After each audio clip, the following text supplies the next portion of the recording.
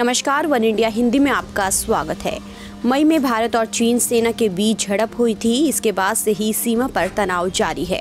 हालांकि सेना की पूर्वी कमान के commander lieutenant general Anil Chauhan ने बुधवार को कहा कि भारतीय बलों और चीन की पीपुल्स लिबरेशन आर्मी के बीच लद्दाख में गतिरोध के बाद से पूर्वी कमान की जिम्मेदारी के अधीन आने वाले इलाके में घुसपैठ या किसी बड़ी झड़प की कोई घटना नहीं हुई है।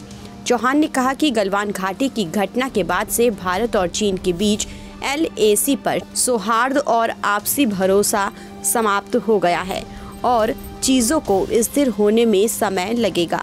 उन्होंने कहा कि भारतीय सेना और PLA ने लद्दाख संकट के दौरान एहतियातन कुछ बलों की तैनाती की थी, जिसमें सर्दियां शुरू होने के बाद पूर्वी सेक्टर में लगातार कमी आ रही है। चौहान ने विजय दिवस पर कहा था कि भारतीय सेना सर्दियों में किसी भी चुनौती से निपटने के लिए तैयार हैं।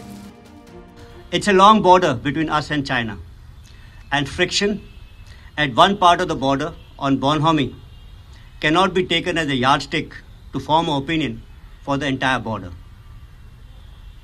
I like to say that there have been no intrusions or major face-offs in the area of responsibility of Eastern Command since friction erupted in Ladakh.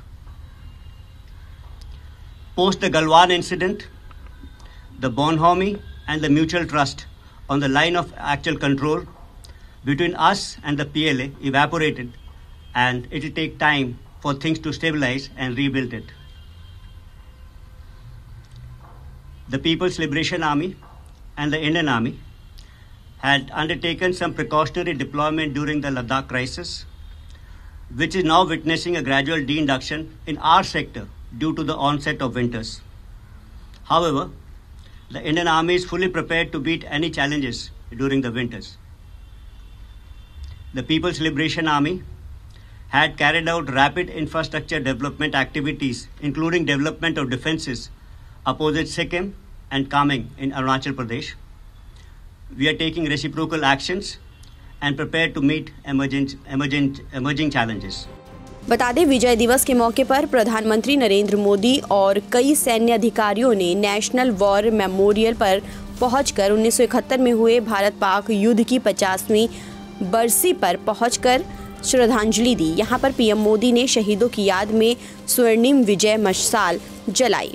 वहीं रक्षा मंत्री राजनाथ सिंह ने स्वर्णिम विजय वर्ष का अनावरण किया। 4 विजय मशालों को परमवीर चक्र और महावीर चक्र विजेताओं के गांवों समेत देश के कई हिस्सों में ले जाया गया। बीते सोमवार को chief of defence staff general Bipin Rawat ने कहा था कि चीन की आर्मी तिब्बत के क्षेत्र में विकासशील गतिविधियां कर रहा है। इतना ही नहीं, उन्होंने इस बात पर भी जोर दिया था कि भारतीय सेना किसी भी घटना का सामना करने के लिए तैयार है। रावत ने साफ किया था कि मुझे नहीं लगता है कि ये चिंता की बात है, क्योंकि हमारी तरफ से हम भी ऐसी ही गतिविधियां कर रहे हैं। फिलहाल इस खबर में इतना ही। देश और दुनिया की तमाम खबरों के लिए आप बने रहिए वन इंडिया हिंदी के साथ।